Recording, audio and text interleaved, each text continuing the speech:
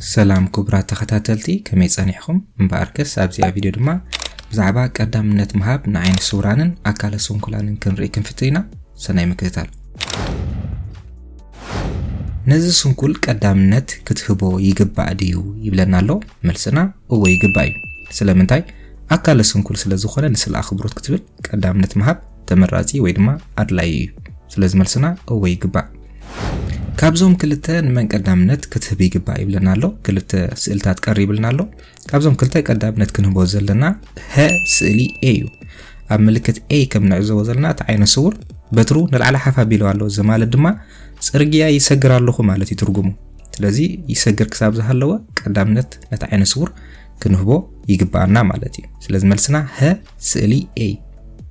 كابزوم كلتا نمن قدامنت كنهبو يغبا يبلنالو ملسنا ح نسألي اين بيني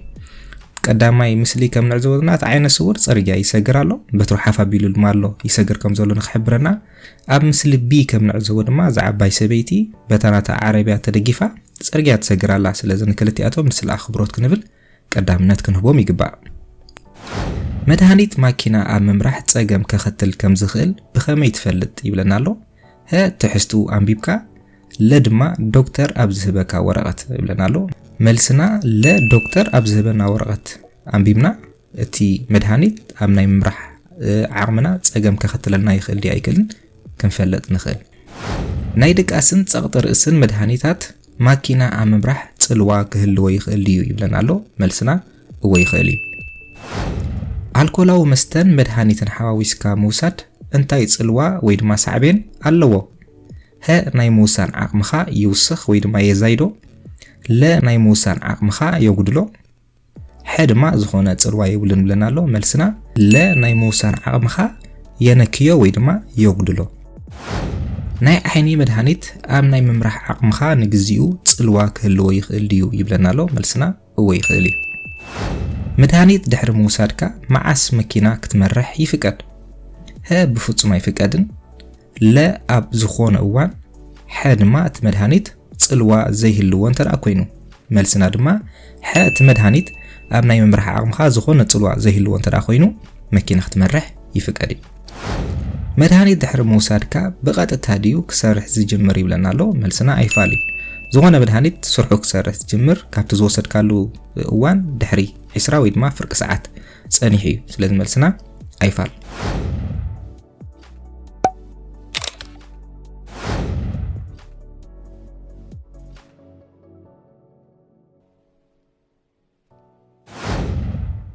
ناب صقام كتوي دليخا لخا نبعل موتو قدامنت كتهبو يغبا ديو يبلنالو ملسنا هو يغباي مخنياتو بعل موتو بيماناي انغولو يمصزل زلو كل غزي بيمان زمص دما قدامنت الو ناب يمان كتوي دليخا لخا نبعل سماياوت مكينا قدامنت كتهبو يغبا ديو يبلنالو ملسنا ايغباني مخنياتو تزحاصر انغولو زطوه قدامنت الو كابتي زنوح انغولو زطوه مالتي نسخا نابي مانيخا تعصف تبعل سماياو مكينا دما ناب صقام يخطوه تزحاصر انغولو زطوه دما نسخا سلازخونكا قدامنت نعخلك ناب صقام كتوي دليخا لخا نبعل سماياو مكينا قدامنت كتهبو يغبا ديو يبلنالو ملسنا هو يغبا مخنياتو بعل سماياو مكينا نابي ماني خطوه وي دما زحاصر انغولو يخطوه سخاغن ناب صقام ويدما تزغفح انغولو سلطوه نتزحاصر انغولو زطوه بعد سماياو مكينا قدامنت كتبولك تخيلكا كتكيد دليخا لخا نبعل سماياو مكينا قدامنت كتبو يغبا ديو يبلنالو ملسنا ايغباني كل غزي تخيلو زخيد كابت تصرغيا زقرص قدامنت الو نتسخا تخيلكا تخيل سلازلخا بعد سماياو مكينا قدامنت نعخخبكا يغبو سلازي ملسنا ايغباني تخيلكا كتكيد دليخا لخا نبعل سماياو مكينا قدامنت كتبو يغبا ديو يبلنالو ابزي بعل سماياو مكينا زمصولو زلو يماناي وغني كل غزي بيمان زمص قدامنت الو يخون بر اتنسو زلو صرغيا اكزيتي اب اكزيت ويد ما موص صرغيا زلو سب ما كل غزي نتب صرغيا وي كافت مين رود زلو سب قدامنت كهبو ግዴታ አለው ስለዚህ አኻይ ቀዳምነት ዘለካ ትኺልካ ክትከይድ ደሊኻ ለኻ ንበዓል ሞቶ ቀዳምነት ክትህቦ ይግባዲ ይብለናሎ መልስና አይፋል ወይ ድማ አይግባኒ ምክንያቱ በዓል ሞቶ በየማን ይዝመጽ ዘሎ እንተኾነ ግን ትንሱ ዘለዎ ጽርግያ ናይ ሓመድ ጽርግያ እዩ ናይ ሓመድ ጽርግያ ድማ ንናይ ቀጥራን ጽርግያ ቀዳምነት ንኽህብ ግድነት ኣለዎ ማለት እዩ ንስኻ ናይ ቀጥራን ጽርግያ ስለ ዘለኻ ቀዳምነት ኣለካ ትኺልካ ክትከይድ ደሊኻ ኣለኻ ንበዓል ሞቶ ቀዳምነት ክትህቦ ይግባእ ድዩ ይብለና ኣሎ መልስና ኣይግባእን ምክንያቱ ንስኻ ብየማን ስለትመጽእ ዘለኻ በዓል ሞቶ ንዓኻ ቀዳምነት ክህበካ ይግባእ ትኺልካ ክትከይድ ደሊኻ ኣለኻ ንበዓል ቀያሕ መኪና ቀዳምነት ክትህቦ ይግባእ ድዩ ይብለና ኣሎ መልስና እወ ይግባእ ምክንያቱ በዓል ቀያሕ መኪና ካብ የማናይ አንጉሎ ስለ ዝመጽእ ዘሎ ትኺልካ ክትከይድ ደሊኻ ኣለኻ ንሰማያዊት መኪና ቀዳምነት ክትህባ ይግባእ ድዩ ይብለና ኣሎ መልስና እወ ይግባእ ስለምንታይ እንተዳኢልና ኣብ ቅድሜኻ ተሽከርከርቲ ደው ኢለን ዘለዋ ንስኻ ድማ ኣብ ማእኸል ጽርግያ ደው ክትብል ኣይግባእን እዩ ስለዚ ተበዓል ሰማያዊት መኪና ንኽትሓልፍ ኣብቲ አንጎሎ ቅድሚ ምጽሕኻ ደው ኢልካ ቀዳምነት ክትህባ ትግደድ ስለዚ መልስና እወ ቀዳምነት ክትህብ ይግባእ እዩ ትኺልካ ክትከይድ ደሊኻ ኣለኻ ንሰማያዊት መኪና ቀዳምነት ክትህባ ይግባእ ድዩ ይብለና ኣሎ መልስና ኣይግባእን እዩ ምክንያቱ እዚ ንስኻ ተኣትዎ ዘለኻ ጽርግያ ንዓኻ ቀዳምነት ዝህብ ብኣንጻር ካልእ ትመጽእ ተሽከርካሪ ድማ ንዓኻ ቀዳምነት ንኽትህበካ ዘገድድ ጽርግያ እዩ ኣብዚ ታቤላ ከም ንዕዘቦ እዚ ንስኻ ዘለኻ መስመር ጻዕዳ ኣሎ ብኣንጻርካ ዝመጽእ ግን ቀይሕ ኣለዎ ምልክት ትርጉም ናይዚ ቀይሕ ኣረው ድማ ብኣንጻርካ ዝመጽእ ተሽከርካሪት ንዓኻ ቀዳምነት ንኽህበካ ከም ዝግደድ ይዝሕብረና ስለዚ ንዓኻ ቀዳምነት ኣለካ ኣብዚ ናብ የማን ክትጥወይ ደሊኻ ኣለኻ ንበዓል ሞቶ ቀዳምነት ክትህብ ይግባእ ድዩ ይብለና ኣሎ መልስና ኣይፋል ወይ ድማ ኣይግባእን እዩ ምክንያቱ ንስኻ ካብ የማናይ አንጉሎ ወይ ድማ ብየማን ስለትመጽእ ዘለኻ ቀዳምነት ንዓኻ ይዘለካ ናብ ጸጋም ክትጥወይ ደሊኻ ኣለኻ ንበዓል ሞቶ ቀዳምነት ክትህብ ይግባእ ድዩ ይብለና ኣሎ መልስና እወ እዩ ምክንያቱ ቀዳምነት ንክንህብ ዘገድድ ምልክት ኣብ ጽርግያ ተሳኢልልና ስለ ዘሎ ቀዳምነት ንመን ኣለዎ በቀደም ተኸተል ስርዓዮም ይብለና ኣሎ ኣብዚ መጀመርታ ንስኻ ንኽትሓልፍ ቀዳምነት ኣለካ ብድሕሪኡ በዓል ብሽክለታ ይሓልፍ ከም ካልኣይ ማለት እዩ ሳልሳይ ድማ በዓል ሞቶ ይሓልፍ ቀዳምነት ንመን ኣለዎ በቀደም ተኸተል ስርዓዮም ኣብዚ ቀዳምነት ንበዓል ሞቶ ኣለዎ ብድሕሪኡ በዓል ትራክተር ይሓልፍ ሳልሳይ ድማ ንስኻ ወይ ድማ በዓል ጻዕዳ መኪና ትሓልፍ ቀዳምነት ንመን ኣለዎ በቀደም ተኸተል ስርዓዮም ኣብዚ ቀዳምነት ንበዓል ብሽክለታ ኣለዎ ብድሕሪኡ በዓል ጻዕዳ መኪና ይሓልፍ ቀጺሉ በዓል ሞቶ ይሓልፍ ኣብ መወዳእታ ድማ በዓል ዓባይ መኪና ይሓልፍ ቀዳምነት ንመን ኣለዎ በቀደም ተኸተል ስርዓዮም ኣብዚ መጀመርታ በዓል ብሽክለታ ኣለዎ ብድሕሪኡ በዓል ጻዕዳ መኪና ይሓልፍ ኣብ መወዳእታ ድማ በዓል ቀይሕ ሞቶ ይሓልፍ ቀዳምነት ንመን ኣለዎ በቀደም ተኸተል ስርዓዮም ኣብዚ ቀዳምነት በዓል ጻዕዳ ሞቶ ይሓልፍ ቀጺሉ በዓል ቀይሕ ሞቶ ይሓልፍ ኣብ መወዳእታ ድማ በዓል ቀጠልያ ኣውቶቡስ ይሓልፍ ቀዳምነት ንመን ኣለዎ በቀደም ተኸተል ስርዓዮም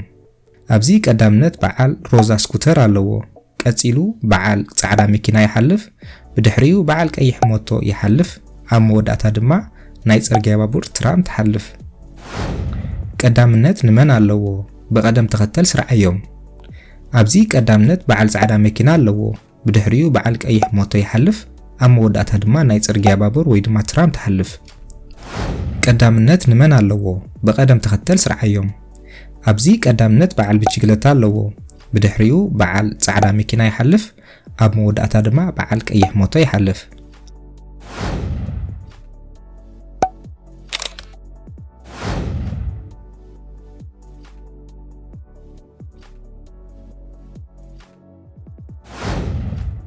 ንሰብ ኣጋር ቀዳምነት ክንህበሎም ዘገድዱና ቦታታት ኣለዉ እዞም ሰለስተ ምልክታት መስነሪ ኩሉ ግዜ ቀዳምነት ንሰብ ኣጋር ክንህብ ንግባእ ሓደ ስድራ ቤታት ካብ ዝነብሩሉ ቦታ ኣብ እንወጽሉ እዋን ንሰብ ኣጋር ኩሉ ግዜ ቀዳምነት ክንህብ ንግባእ ካልኣይ ካብ ኣውትሪት ወይ ኣብ ኤግዚት ኣብ መውጽእ ቦታ ኣብ ንህልወሉ ድማ ንሰብ ኣጋር ቀዳምነት ክንህብ ይግባእ ሳልሳይ ድማ ኣብ ዜብራ መሳገር ኣጋር ዝሳጎር ሰባት መስነሪ ቀዳምነት ንሰብ ኣጋር ክንህብ ይግባእ ቀዳምነት ሃብ ጽርግያ ዝሰግር ሰብ መስነሪ ማዓስ ቀዳምነት ንህብ ኩሉ ግዜ ንሰብ ብቅድሚኡ ወይ ድማ ብድሕሪኡ ማለት ብከብዱ ወይ ድማ ብሕቁ መስነሪኦ ነቲ ሰብ ቀዳምነት ክንህቦ ንግደድ ነቲ ሰብ ብጎኑ መስነሪኦ ግን ነቲ ሰብ ቀዳምነት ክንህቦ ኣይንግደድን ኢና ናብ የማን ክትጥወይ ደሊኻ ኣለኻ ነዛ ሰበይቲ ቀዳምነት ክትህባ ይግባእ ድዩ ይብለና ኣሎ ነዛ ሰበይቲ ብከብዳ ወይ ድማ ብቅድሚ ዓይና ንሪኣ ዘለና ብከብዱ ወይ ድማ ብቅድሚ ንሪኦ ዘለና ሰብ ድማ ቀዳምነት ክንህቦ ንግደድ ኢና ስለዚ መልስና እወ ቀዳምነት ክንህባ ይግባእ ናብ የማን ክትወይ ደሊኻ ኣለኻ ነዛ ሰበይቲ ቀዳምነት ክትህባ ይግባእ ድዩ ይብለና ኣሎ መልስና እወይ ምክንያቱ ነዛ ሰበይቲ ብሕቁ ዓይና ንሪኣ ዘለና ንሓደ ሰብ ብሕቁ ወይ ድማ ብድሕሪኡ ምስ ንሪኦ ድማ ቀዳምነት ክንህቦ ይገድደና ይትሕጊ ስለዚ መልስና እወ ቀዳምነት ክንህቦ ይግባእ ናብ ፀጋም ክትወይ ደሊኻ ኣለኻ ነዚ ሰብኣይ ቀዳምነት ክትህቦ ይግባእ ድዩ ይብለና ኣሎ መልስና ኣይፋል ወይ ድማ ይግባእን እዩ ምክንያቱ ነዚ ሰብኣይ ብጎድኑ ኢና ንሪኦ ዘለና ብጎድኑ ንሪኦ ዘለና ሰብ ድማ ቀዳምነት ክንህቦ ኣይንግደድን ኢና ስለዚ መልስና ኣይፋል ናብ ፀጋም ክትወይ ደሊኻ ኣለኻ ነዚ ሰብኣይ ቀዳምነት ክትህቦ ይግባእ ድዩ ይብለና ኣሎ መልስና ኣይግባእን እዩ ኣብ ቅድሜና ቀዳምነት ንክንህብ ዘገድድ ምልክት ኣሎ ይኹን እምበር እዚ ምልክት እዚ ንተሽከርከርቲ ቀዳምነት ንክንህብ ዳ እምበር ንኣጋር ቀዳምነት ንክንህብ ኣይኮነን ዘገድደና ነዚ ሰብኣይ ብጎድኑ ኢና ንሪኦ ዘለና ስለዚ ቀዳምነት ክንህቦ ኣይግባእናን እዩ ናብ ፀጋም ክትወይ ደሊኻ ኣለኻ ነዚ ሰብኣይ ቀዳምነት ክትህቦ ይግባእ ድዩ ይብለና ኣሎ ከም ንዕዘቦ ዘለና ደው ንክንብል ናይ ስቶፕ ታቤላ ተተኺልልና ኣሎ ይኹን እምበር እዚ ታቤላ እዚ ንተሽከርከርቲ ደው ኢልና ንክንሕልፍ ወይ ድማ ቀዳምነት ንክንህብ ዳ እምበር ሰብ ኣጋር ቀዳምነት ንክንህብ ኣይኮነን ዘገድደና ስለዚ ነዚ ሰብ ብጎድኑ ንሪኦ ክሳብ ዝሃለና ቀዳምነት ክንህቦ ኣይግባእን እዩ ስለዚ መልስና ኣይፋል ናብ የማን ክትወይ ደሊኻ ኣለኻ ነዚ ሰብኣይ ቀዳምነት ክትህቦ ይግባእ ድዩ ይብለና ኣሎ መልስና እወ ይግባእ ምክንያቱ ካብ ስድራ ቤታት ዝነብሩሉ ኣከባቢ ንወፅእ ስለ ዘለና ኣቀዲመ ከም ዝሓበርኩኹም ካብ ስድራ ቤታት ዝነብሩሉ ቦታ ኣብ ትወፀሉ እዋን ንሰብ ኣጋር ኩሉ ግዜ ቀዳምነት ክትህብ ይግባእ እዚ ብከመይ ንፈልጥ ዝብል ድማ እዚ ታቤላ እዚ ከም ንዕዘቦ ዘለና ካብ ስድራ ቤታት ዝነብሩሉ ኣከባቢ ንወፅእ ከም ዘለና ይዝሕብረና ስለዚ መልስና እወ ቀዳምነት ክንህቦ ይግባእ ተኺልካ ክትከይድ ደሊኻ ኣለኻ ነዛ ሰበይቲ ቀዳምነት ክትህባ ይግባእ ድዩ ይብለና ኣሎ መልስና እወ ይግባእ ምክንያቱ እዛ ሰበይቲ ኣብ ዜብራ ክሮስ ስለ ዘላ ኣብ ዜብራ ክሮስ ዘሎ ሰብ ድማ ኩሉ ግዜ ቀዳምነት ክንህቦ ንግደድ ኢና ስለዚ መልስና እወ ቀዳምነት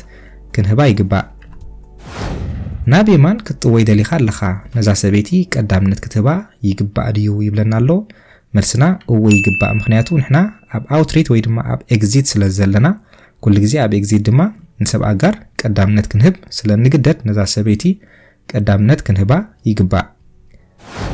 ናብ የማን ክትወይ ደሊኻ ኣለኻ ነዛ ስንክልቲ ሰበይቲ ቀዳምነት ክትህባ ይግባእ ድዩ ይብለና ኣሎ መልስና እወ ይግባእ ምክንያቱ ነዛ ሰበይቲ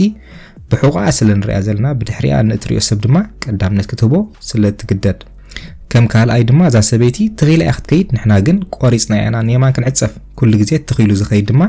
ቀዳምነት ከም ዘለዎ ክንግንዘብ ይግባእ ትኺልካ ክትከይድ ደሊኻ ኣለኻ ነዚ ሰብኣይ ቀዳምነት ክትህቦ ይግባእ ድዩ ይብለና ኣሎ መልስና ኣይግባእን እዩ ናብ የማን ክትወይ ደሊኻ ኣለኻ ነዚ ሰብኣይ ቀዳምነት ክትህቦ ይግባእ ድዩ ይብለና ኣሎ መልስና ኣይግባእን እዩ ምክንያቱ ነዚ ሰብኣይ ብጎድኑ ስለ ንሪኦ ዘለና ኣብ ቅድሜና ዘሎ ቀዳምነት ንክንህብ ዘገድደና ምልክት ድማ ንተሽከርከርቲ ዳ እምበር ንሰብ ኣጋር ኣይኮነን ስለዚ መልስና ኣይፋል ትኺልካ ክትከይድ ደሊኻ ኣለኻ ነዚ ሰብኣይ ቀዳምነት ክትህቦ ይግባእ ድዩ ይብለና ኣሎ መልስና ብተመሳሳሊ ኣይፋል ወይ ድማ ኣይግባእን እዩ ናብ የማን ክትወይ ደሊኻ ኣለኻ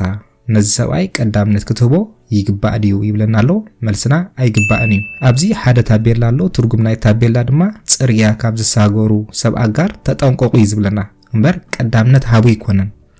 ቀዳምነት ኣብዚ ንዓና ዳ እምበር ነቲ ኣጋር ኣይኮነን ዘለዎ ስለዚ ቀዳምነት ክንህብ ኣይግባእናን ናብ ፀጋም ክትወይ ደሊኻ ኣለኻ ነዛ ሰበይቲ ቀዳምነት ክትህባ ይግባእ ድዩ ይብለና ኣሎ መልስና እወ ይግባእ ምክንያቱ ነታ ሰበይቲ ብድሕሪኣ ስለ ንሪኣ ዘለና ቀዳምነት ክንህባ ንግደድ ኢና ናብ ፀጋም ክትወይ ደሊኻ ኣለኻ ነዛ ሰበይቲ ቀዳምነት ክትህባ ይግባእ ድዩ ይብለና ኣሎ መልስና እወ ይግባእ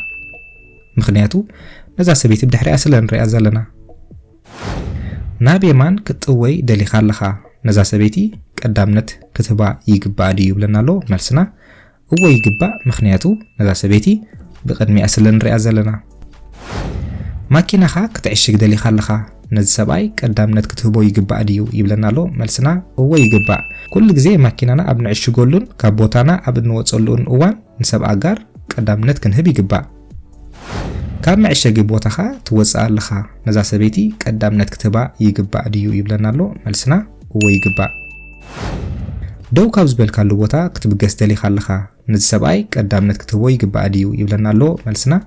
እወ ይግባእ ኩሉ ግዜ ደው ካብ ዝበልናሉ ቦታ ክንብገስ ከልና ንሰብ ኣጋር ኮነ ኩሎም ተሽከርከርቲ ቀዳምነት ክንህብ ይግባእ ካብዚ ሰርክል ትወፅእ ኣለኻ ነዛ ሰበይቲ ቀዳምነት ክትህባ ይግባእ ድዩ ይብለና ኣሎ መልስና እወ ይግባእ ምክንያቱ ሓደ ነታ ሰበይቲ ብድሕሪኣ ስለንሪኣ ዘለና ካልኣይ ድማ እታ ሰበይቲ ንቅድሚኣ ተኺላ ትሰግር ዘላ ንስኻ ግን ፅርግያ ተቆርፅ ስለዘለኻ ቀዳምነት ነቲ ተኺሉ ዝኸይድ እዩ ዘለዎ ስለዚ ቀዳምነት ክንህባ ይግባእ